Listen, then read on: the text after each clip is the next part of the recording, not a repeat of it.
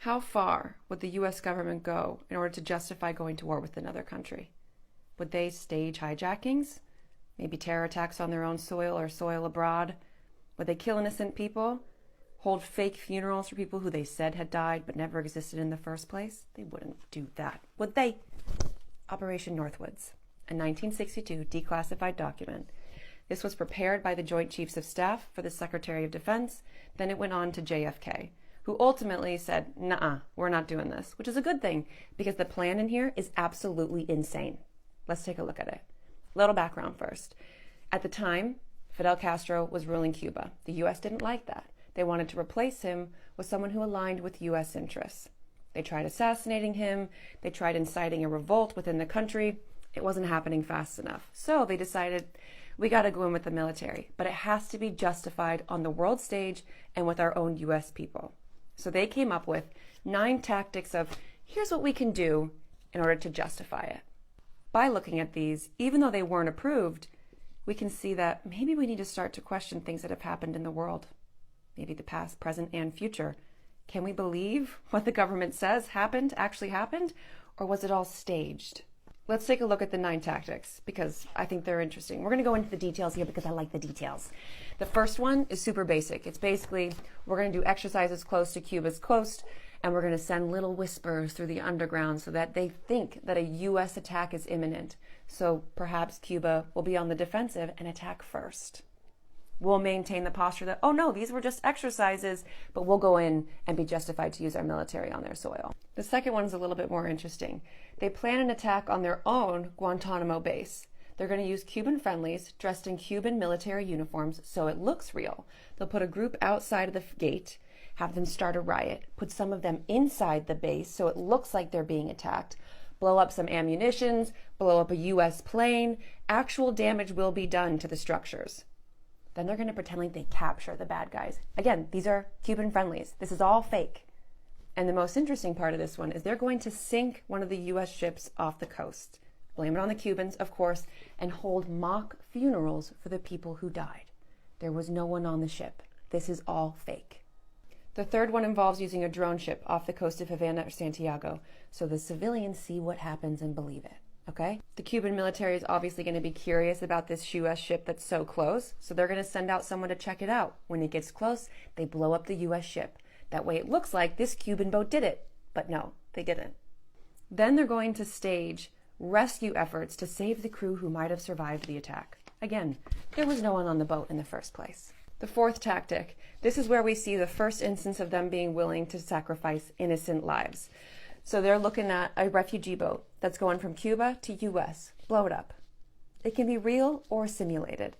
They also say we could foster attempts on lives of Cuban refugees in the United States, even to the extent of wounding in instances to be widely publicized. You've seen already, and throughout this, that anything that happens, they're going to publicize this on the news so that people believe that the Cuban government is rash, irresponsible, they can't be trusted, they're dangerous. So the U.S. has a moral responsibility to go in and stop them. Number 5, capitalize on what Cuba is doing in other countries, publicize it, and then create more events that we do but blame it on Cuba, such as burning sugarcane fields, or perhaps a weapons shipment is found on the coast of one of these countries and we blame it on Cuba. This is the U.S. doing all of these things. How many times have we heard about weapons shipments that were intercepted by the U.S. military and blamed on another country? Was it actually, or was it us trying to justify military intervention in those countries? Will we ever know? I don't think so. Number 6. Here we see that the U.S. proposes building out a plane that looks like Cuban Air Force. The idea behind this one is to fly the fake Cuban military plane close to civilian airliners so they think that they're about to be hijacked or shot down by the Cuban military.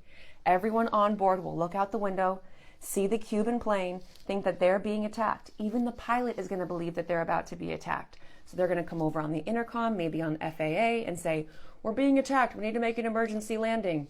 It's the U.S. the whole time. Number 7 simply states that we need to have an ongoing campaign of apparent hijackings of civilian planes so people feel more fear. That's insane. But it leads us to number 8. I'm going to read direct from the document on this one.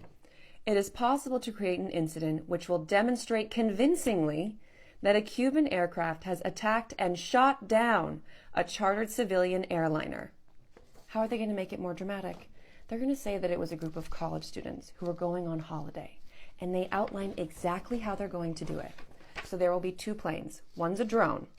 One actually has people on it. These people are going to be given aliases. So the names that are on this plane don't actually exist.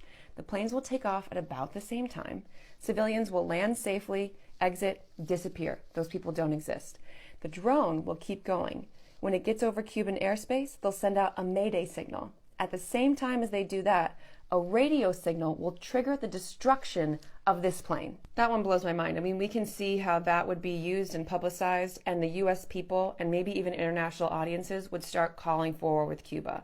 If they attacked and killed a group of college students who were just off on vacation, yeah, they seem insane, and maybe they should be taken down, right? Maybe. Number 9, the big finale. This one involves lying to the US service members. This one goes into a lot of detail, so take a read if you're interested. It's going to be an Air Force exercise off the coast of Cuba. 4 planes doing a routine exercise, but before they take off, they're going to be primed to believe what's about to happen. They'll say you need to carry ammunitions just in case Cuba attacks.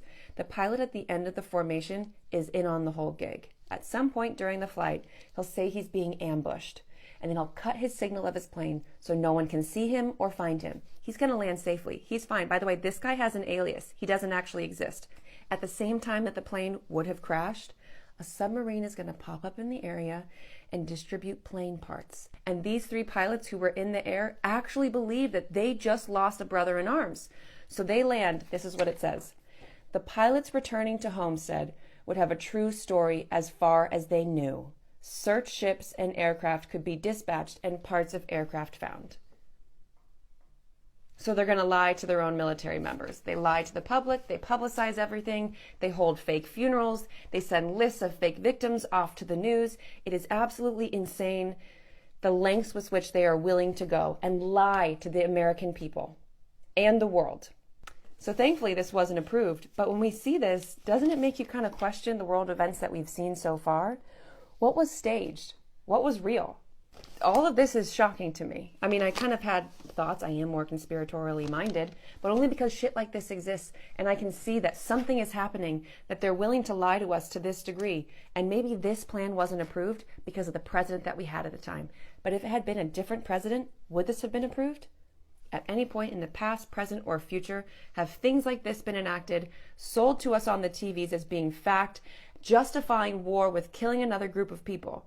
What can we believe? So why should we pay attention to something like this? How does this information affect our daily life? Obviously, we live in super divided times. We see such tragic events happening on the news, on social media. There's press conferences by politicians that are telling us to feel a certain way about a certain group or a certain event. But what if those things were orchestrated to get us to feel a certain way? What if this division has been created? We're holding on so tight to these things that we perceive as facts, but what if they aren't facts? What if they aren't? I don't think that we can ever know if anything is with absolute certainty a fact. So what if we loosened up a little bit and we're open to the possibility that something may not be exactly as it seems or as we've been told? And maybe we won't trust blindly into the government.